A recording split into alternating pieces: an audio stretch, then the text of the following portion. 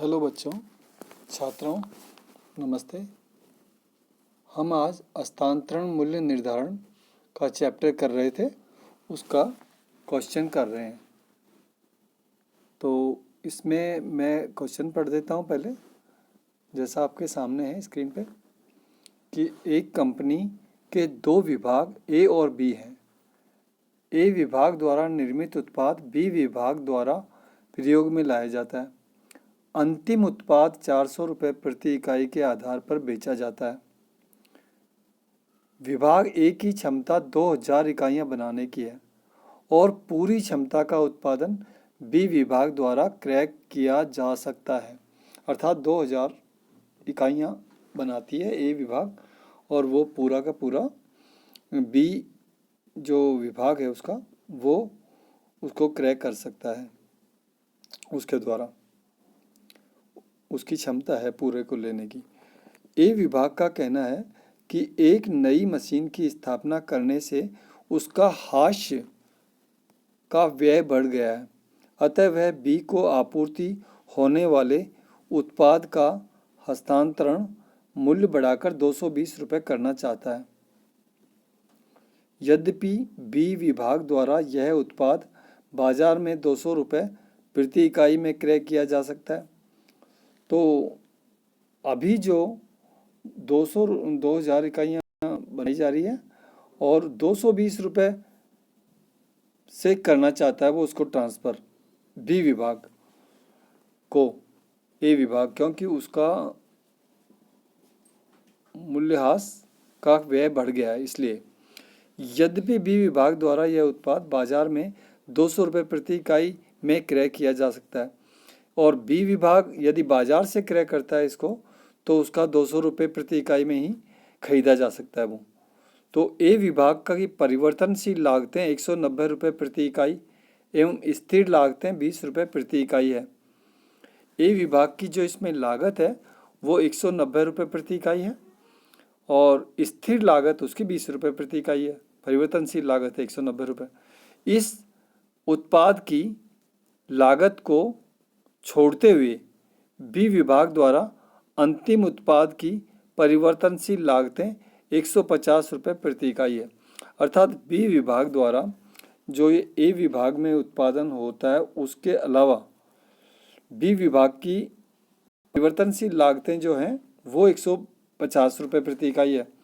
तो निम्नलिखित में से प्रत्येक स्थिति को पृथक पृथक लेते हुए एक विवरण बनाकर प्रत्येक विभाग एवं कंपनी की स्थिति को बताइए। इसमें पहली स्थिति दे रहा है वो कि यदि ए डिवीजन में उपलब्ध उत्पादन सुविधाओं और का और कोई वैकल्पिक प्रयोग न हो और बी डिवीजन इसे किसी बाहरी पूर्तिकर्ता से 200 रुपये प्रति इकाई के हिसाब से क्रय करने को तत्पर हो, तो क्या कंपनी को इससे कोई लाभ होगा। दूसरी है स्थिति कि यदि ए डिवीजन में उपलब्ध सुविधाओं के अनेक वैकल्पिक प्रयोग भी हों और श्रेष्ठतम वैकल्पिक प्रयोग से 30,000 रुपये वार्षिक की बचत हो सकती हो, तो क्या बी डिवीजन को बाहर से क्रय करने की सहमति देने पर कंपनी को इससे कोई लाभ होगा। और तीसरी स्थिति है कि यदि दोनों स्थितियों में क्या हस्तांतरण मूल्य निर्धारण करना चाहिए। उपरोक्त दोनों स्थितियों में क्या हस्तांतरण मूल्य निर्धारण करना चाहिए, अर्थात पहली और दूसरी स्थिति में। तो हम इसका देखेंगे। तो आपने पहले प्रोसेस अकाउंटिंग किया हुआ है, तो प्रोसेस ये दो प्रोसेस हैं, अर्थात एक प्रोसेस का माल दूसरी प्रक्रिया में जाता है और वहाँ उत्पादन होता है, उस पर प्रोसेस किया जाता है। पहली इकाई में जो उत्पादन हुआ वो उस पर सेकेंड इकाई में होता है, या तीसरी इकाई में आगे जाता है तो दूसरी इकाई से जो निकला है उत्पाद वो तीसरी इकाई में जाता है। इस तरह से निरंतर काम होता है, उस पर प्रोसेस किया जाता है। तो अभी हम इसको देखेंगे कि पहली स्थिति कि क्या है। पहली स्थिति कि इफ़ परचेज फ्रॉम डिवीजन ए, यदि वो डिवीजन ए से ही परचेज करता है, अर्थात डिवीजन बी जो है डिवीजन ए से लेता है, तो उसकी सेल्स हम इसमें कॉलम बना लेंगे। हमने लेफ्ट साइड में लिख दिया है डिवीजन ए और राइट साइड में लिख दिया डिवीजन बी, अर्थात 2 डिवीजन है हमारे। तो ये तो ए डिवीजन से हमें 2000 इकाइयाँ 220 रुपये प्रति इकाई की दर से स्थानांतरित की जाएगी। तो ये आएगा हमारे पास 220 रुपये से। तो 220 गुणा 2000 इकाइयों का उत्पादन हुआ तो 4,40,000। और इसकी वेरिएबल कॉस्ट ए डिवीजन की वो है 190 रुपये प्रति इकाई। तो वेरिएबल कॉस्ट ही लेंगे, स्थिर 20 रुपये थी, वो स्थिर लागत का ध्यान नहीं रखा जाएगा। इसमें जो डिसीजन लिए जाएंगे वो वेरिएबल कॉस्ट के आधार पर ही लेंगे, परिवर्तनशील लागत के आधार पर ही डिसीजन लिए जाएंगे। तो हम वेरिएबल कॉस्ट का ही ध्यान रखते हैं। तो 2000 गुणा 190, ये हमने 2100 गुणा को 190 से गुणा किया तो 3,80,000 रुपये आ गए। अब हमने डिवीजन बी में दिखाया कि डिवीजन बी में सेल्स कितनी है, तो वो 400 रुपये प्रति इकाई की दर से उसको स्थानांतरित की जाएगी। अंतिम उत्पाद 400 रुपये प्रति इकाई के आधार पर बेचा जाता है।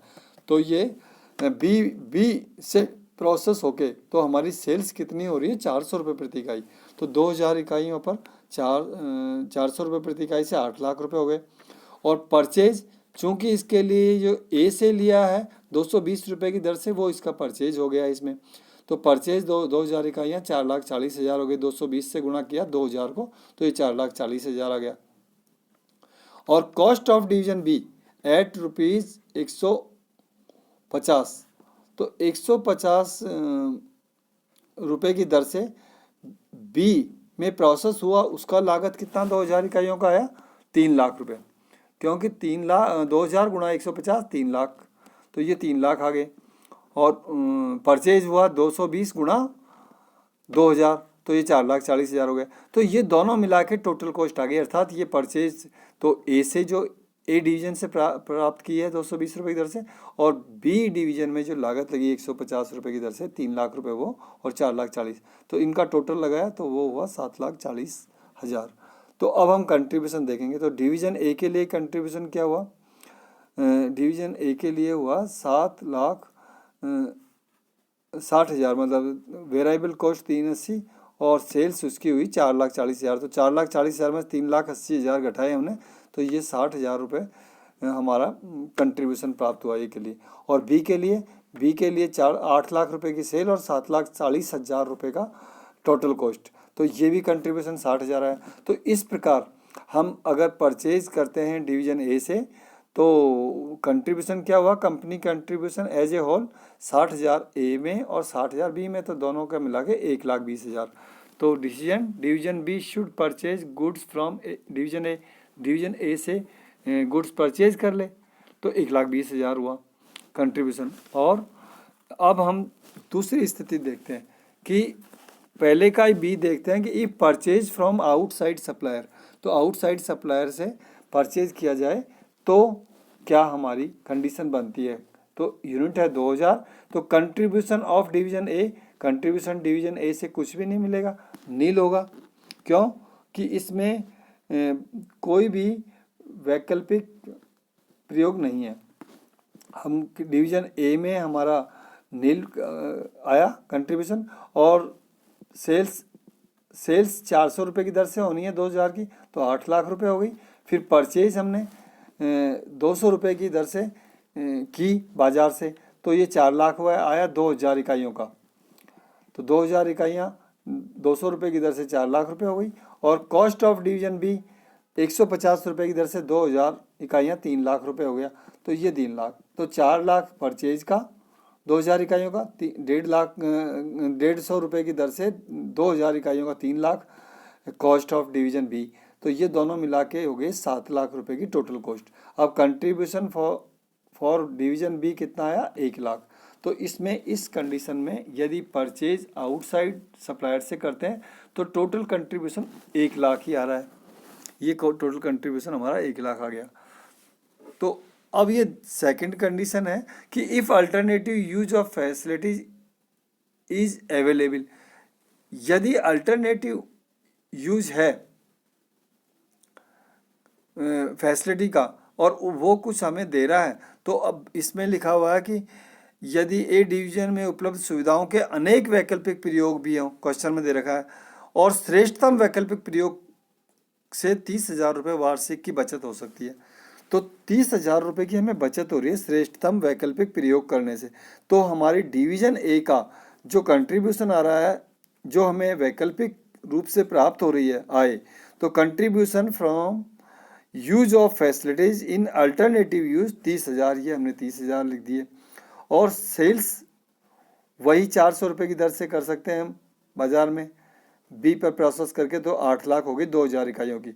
और परचेज हमें 200 रुपये की दर से मिल रहा है, तो 2,000 इकाइयाँ 4 लाख रुपये की purchase. Cost of division B 150 रुपये की दर से 3 लाख रुपये हो गए। टोटल कॉस्ट हमारी 7 लाख हो गई। कंट्रीब्यूशन हुआ 1 लाख। तो company's contribution as a whole 30,000 plus 1 lakh is equal to 1,30,000। इसमें हमारा कंपनी का जो होल कंट्रीब्यूशन हुआ, प्राप्त हुआ 1,30,000 रुपये।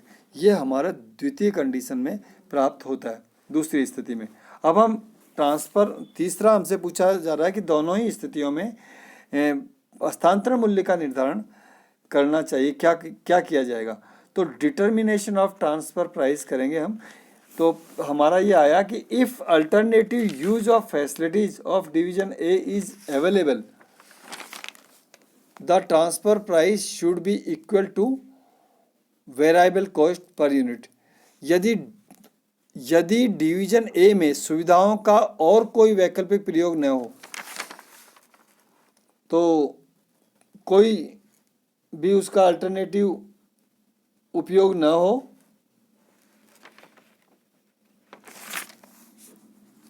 तो उसकी जो परिवर्तनशील लागत के मूल्य के बराबर हस्तांतरण मूल्य होगा। और परिवर्तनशील लागत का मूल्य हमारा है 190 रुपये ए प्रोसेस में।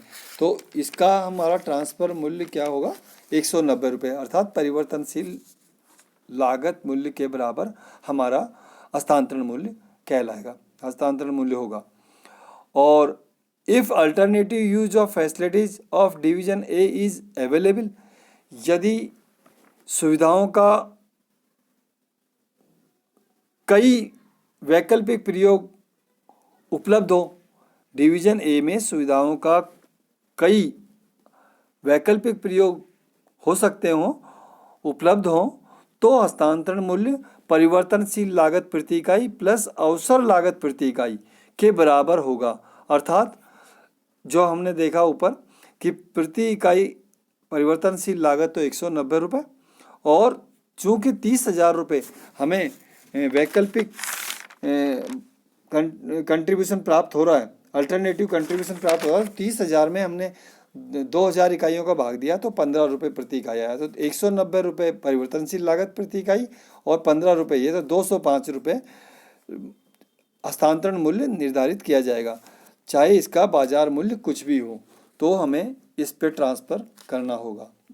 ट्रांसफ़र मूल्य हमारा 205 रुपये आया इसमें।